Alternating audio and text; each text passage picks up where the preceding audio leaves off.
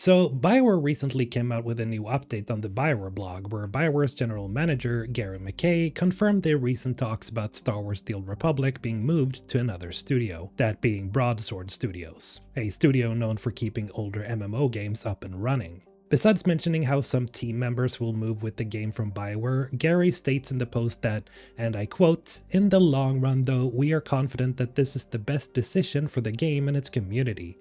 We at Bioware will miss being a part of Star Wars The Old Republic story going forward, but we also know that it will be in very good hands."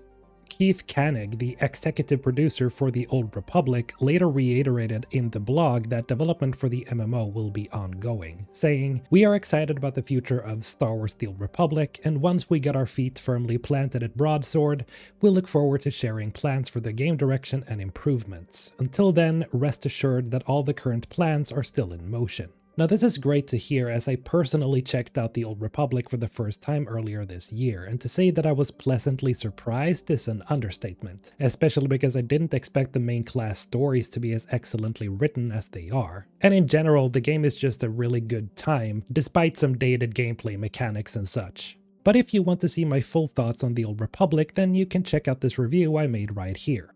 But confirming that the news about The Old Republic was true wasn't all that Gary did, as he also proceeded to briefly talk about both of Bioware's flagship franchises, that being Dragon Age and Mass Effect.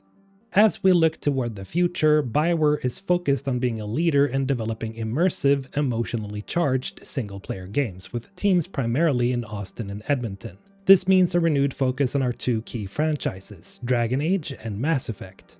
For Dragon Age, we continue to build, polish, and tune an exceptional experience we know our fans will love. We can't wait to share more on this soon. Yikes.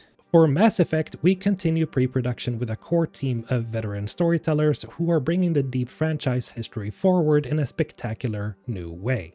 Now, as you can see, this could be good news for the future of Bioware as a whole, not necessarily just because of The Old Republic is being moved to a new studio, but specifically that this shows that, hopefully, both Bioware and EA leadership have finally come to terms with Bioware being a studio that should solely focus on creating flagship single-player games.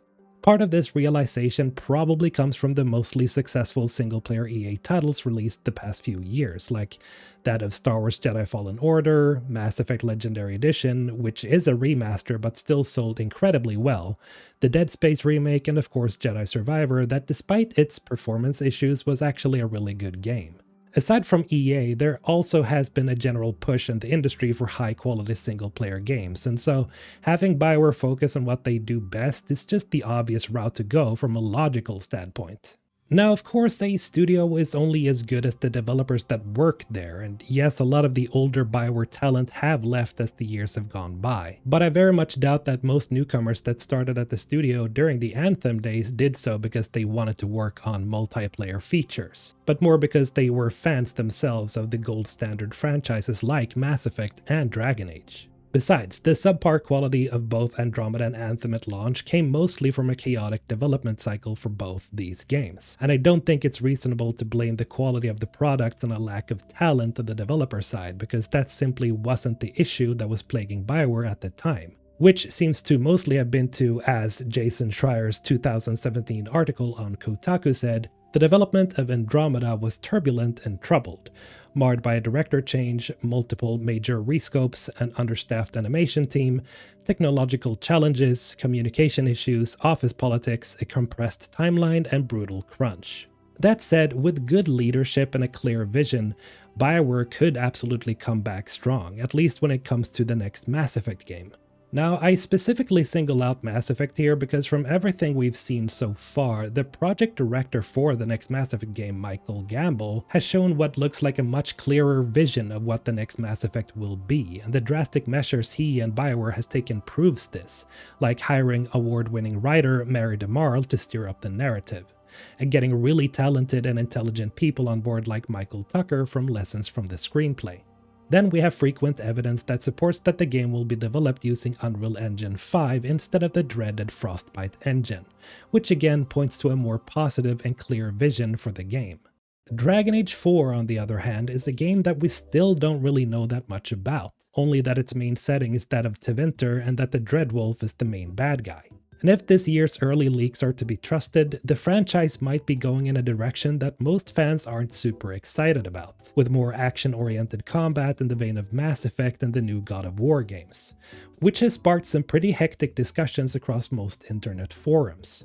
Aside from this, Dreadwolf has been bleeding leadership throughout its entire development, which obviously has caused some concern throughout the fanbase. And because it's being developed using the Frostbite engine, there is a possibility that the Dragon Age team has encountered a lot of technical issues during development. But that's just a guess, so don't take my word for it.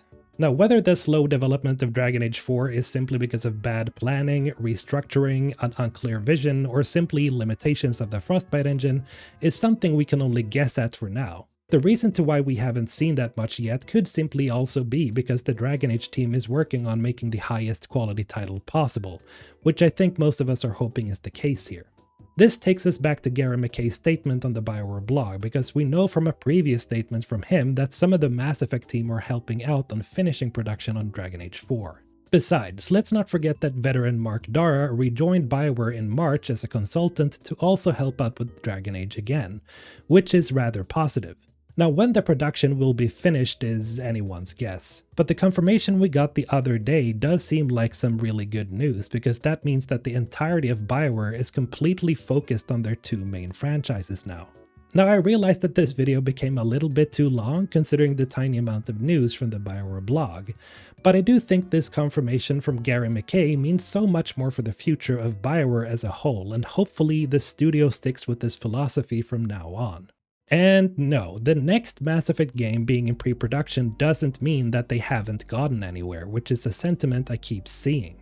Mass Effect 4, or 5, still being in pre-production could just mean that Michael and the team are focused on fleshing out a clear structure and vision for the game. And if a long pre-production cycle is smooth, then production cycles can actually be shortened by quite a bit, since the devs would be working from a clear blueprint of what the game is supposed to be.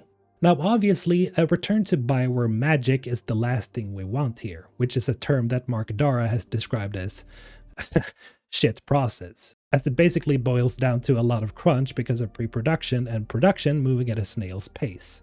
But remember, the last N7 day showed that the team has reached a pretty huge checkpoint, as we've already both seen and heard Liara and even the Geth from the distorted video footage. So it seems like there already is a plan for the story and characters set in place, which Michael's team will then build the game around. But hey, do let me know what you think of this quite honestly big news. And as always, thank you to all my wonderful Ensven Squad members for supporting the channel. You guys are amazing. Have a great day. Mr. Olton, signing out.